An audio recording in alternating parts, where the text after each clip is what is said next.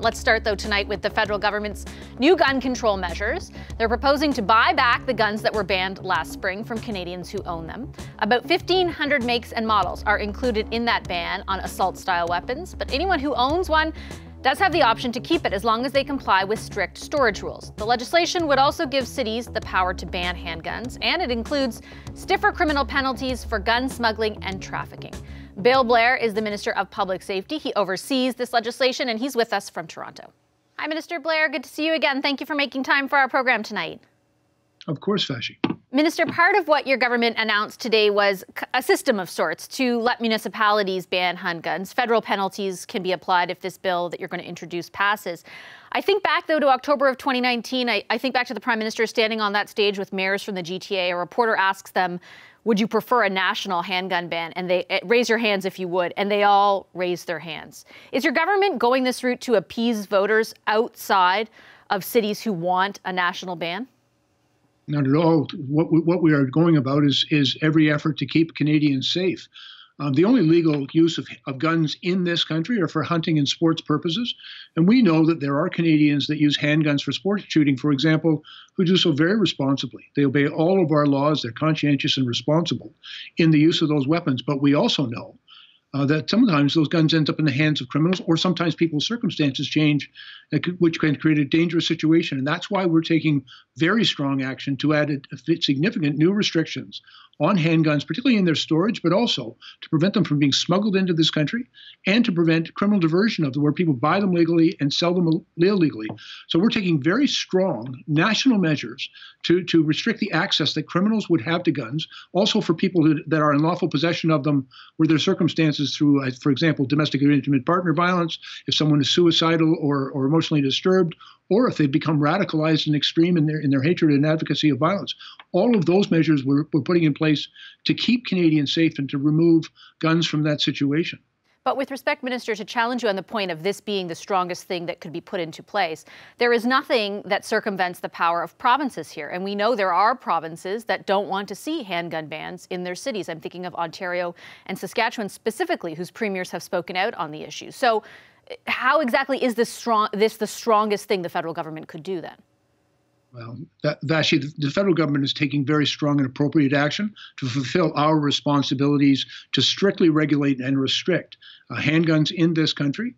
I think all three orders of government have as their first responsibility to keep their citizens safe. And we're quite prepared to work with the provinces, territories, and with municipalities to ensure that all of us can fulfill that responsibility. We've heard from municipalities that many of them want to do more.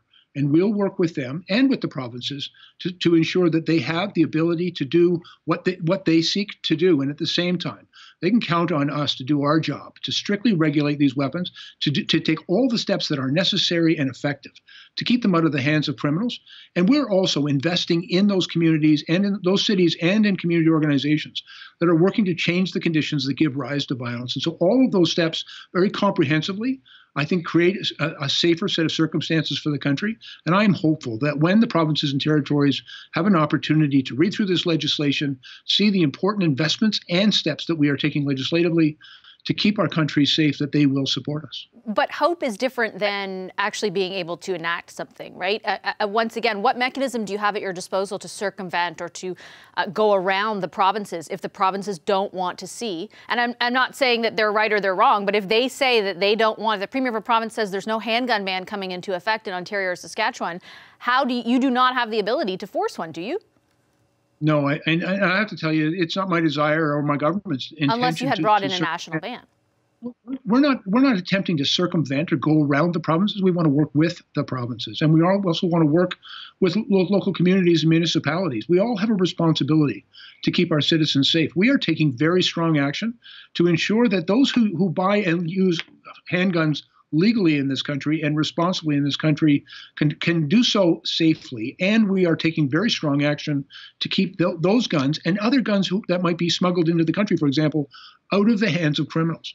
And that's very important work. We're also recognize that sometimes people might be in possession of these weapons and their circumstances change and become dangerous. And so we're introducing extreme risk laws, red flag laws, to make sure that we have the tools necessary to remove firearms from that otherwise dangerous situation. We're going to work with everybody who is willing to work with us. But let me be very clear, Vashi. The federal government is fulfilling its responsibility. We're keeping our promise to Canadians that we're taking strong action to restrict the access that criminals have to these guns. We have prohibited weapons that, quite frankly, have no place in our country, and we're fulfilling that prohibition now with circumstances in how we're going to regulate and restrict every aspect and eliminate all legal use of those firearms. We recognize communities are quite understandably concerned about the proliferation of handguns and their use for lethal criminality in their jurisdictions. And so we are taking steps to keep those guns out of their hands. And we'll continue to support and work with municipalities that want to do more. We're going to support them in trying our best to do more. And I'm hopeful that the provinces will support those initiatives. But with respect, working with or being hopeful that provinces are on side is not doing the most the federal government could do. This is a quote last year from Newmarket's Mayor John Taylor. This is a clear example of a government downloading a politically sensitive issue. It is clear from a policy perspective that a handgun ban in one municipality will have minimal impact if neighboring municipalities do not also ban handguns. How does your approach effectively improve public safety if there's just a patchwork of bans across this country? With great respect, we're not putting a patchwork in place. We're putting in a strong national framework for the strict regulation and restrictions of handguns in this country. People who own these guns already are required to be licensed and to comply with very strict regulations, and we're making them stronger.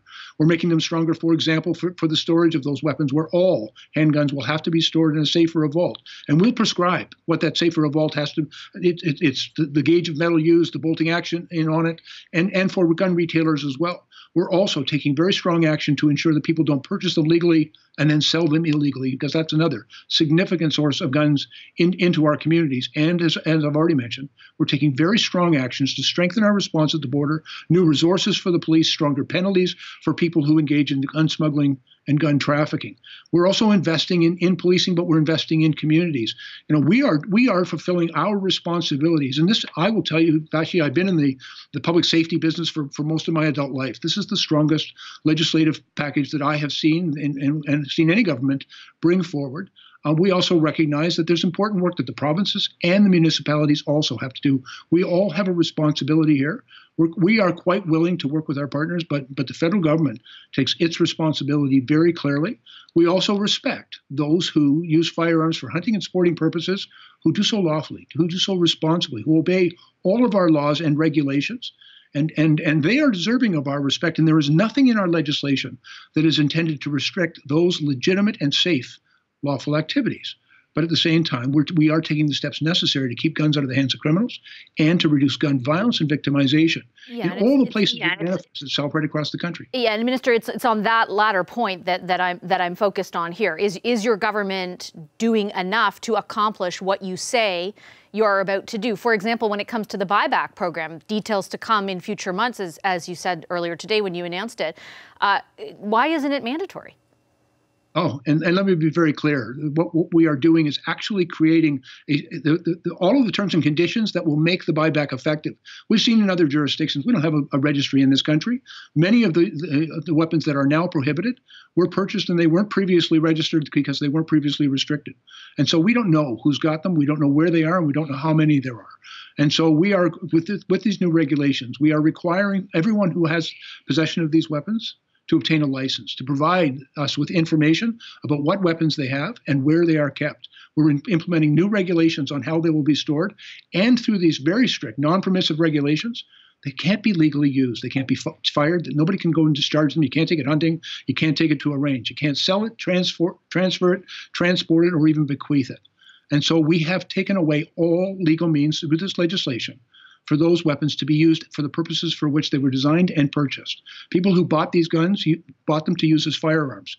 We're changing the law so that not only are they prohibited, but they cannot be used in any way.